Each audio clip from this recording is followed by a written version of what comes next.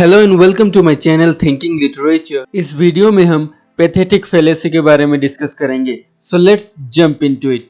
जब भी एक राइटर नॉन ह्यूमन थिंग्स जैसे वेदर, एनिमल्स आदि में ह्यूमन इमोशंस डाल दे तब उसे पैथेटिक फेलेसी कहते हैं। फॉर एग्जाम्पल, अगर राइटर अपने बिलोवेड की डेथ को इस तरह से व्यक्त करे कि जो फ्लावर शमशान घाट में है वो सब दुखी होकर मुरझा गए हैं, तो यहाँ पर राइटर ने पैथेटिक फेलेसी का यूज किया है, क्योंकि फ्लावर्स मनुष्य की तरह दुखी नहीं होते। पैथेटिक शब्द का एक अर्थ है बहुत खराब, लेकिन यहाँ पर जो पैथेटिक शब्द का यूज किया गया है वो लैटिन शब्द पैथोस से लिया गया है, जिसका अर्थ है फीलिंग, और जो शब्द है फेलासी वो लिया गया है लैटिन शब्द फेलक्स से, जिसका अर्थ है डिसीटफुल या फॉल्स। और जब हम पैथोस और फेलक्स शब्द को जोड़ते हैं तब पैथेटिक फेलेसी शब्द उत्पत्ति होती है, जिसका ये अर्थ बनता है कि जब हम नॉन ह्यूमन थिंग्स में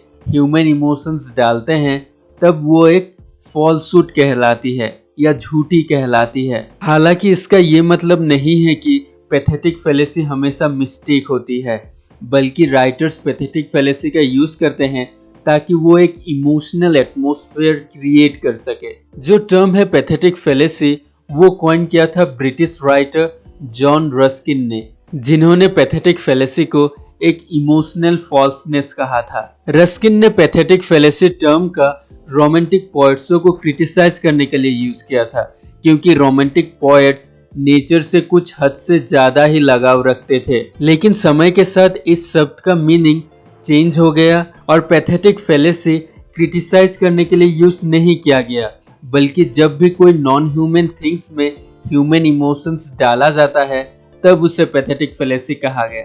सो राइटर जब भी समुद्र के लहरों को एंग्री, सूरज को मुस्कुराता हुआ और बर्ड सॉन्ग्स को चेयरफुल कहते हैं तब वो एक पैथेटिक फेलेसी का एग्जाम्पल होगा, क्योंकि ये इमोशंस इनके नहीं हैं बल्कि ह्यूमन इमोशंस को इनमें डाल दिया गया है। अब हम पैथेटिक फेलेसी और पर्सनिफिकेशन को कंपेयर करेंगे। पैथेटिक फेलेसी पर्सनिफिकेशन का ही एक टाइप है और पर्सनिफिकेशन में भी नॉन ह्यूमन थिंग्स में ह्यूमन क्वालिटीज डाला जाता है, लेकिन इन दोनों में कुछ डिफरेंस होते हैं जिनको हम अगले स्लाइड में डिस्कस करेंगे।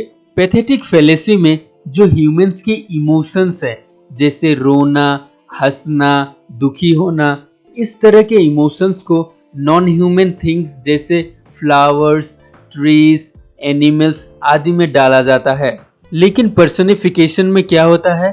पर्सनिफिकेशन में ह्यूमंस की क्वालिटीज और एक्शंस जैसे कि दौड़ना, खाना, चलना आदि इस तरह के ह्यूमन एक्शंस और क्वालिटीज को नॉन ह्यूमन थिंग्स जैसे फ्लावर्स, ट्रीज और एनिमल्स में डाला जाता है। फॉर एग्जाम्पल, इन सेंटेंसेस में the waves winked in the sunlight और the wind played hide and go seek among the trees में इन दो सेंटेंसेस में ह्यूमन एक्शंस और क्वालिटीज जैसे विंक करना या हाइड एंड सीक आदि को प्रेजेंट किया गया है, जो मनुष्य के इमोशंस नहीं है बल्कि मनुष्य के एक्शंस है। और एक डिफरेंस जो कि हम पैथेटिक फेलेसी और पर्सनिफिकेशन में देखते हैं वो ये है कि पैथेटिक फेलेसी में ह्यूमंस इमोशंस को ज्यादातर नेचर के साथ जोड़ा जाता है, जैसे सन, स्काई आदि। On the other hand personification में ह्यूमन क्वालिटीज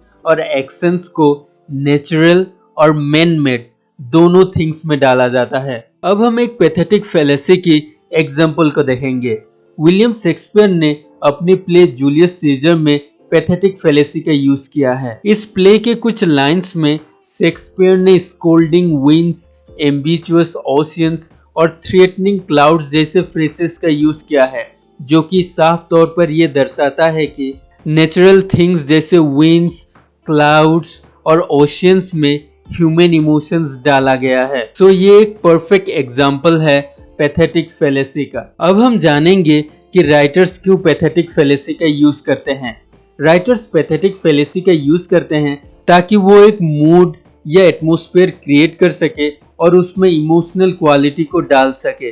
और राइटर्स पैथेटिक फेलेसी का इसलिए भी यूज करते हैं ताकि वो कैरेक्टर और नैरेटर की इमोशनल सिचुएशन को दिखा सके, क्योंकि कैरेक्टर या नैरेटर जिस तरह अपनी बाहरी दुनिया को प्रेजेंट करते हैं वो उनकी माइंड को भी दर्शाता है कि वो क्या सोच रहे हैं और क्या फील कर रहे हैं। So we come to the end of this video।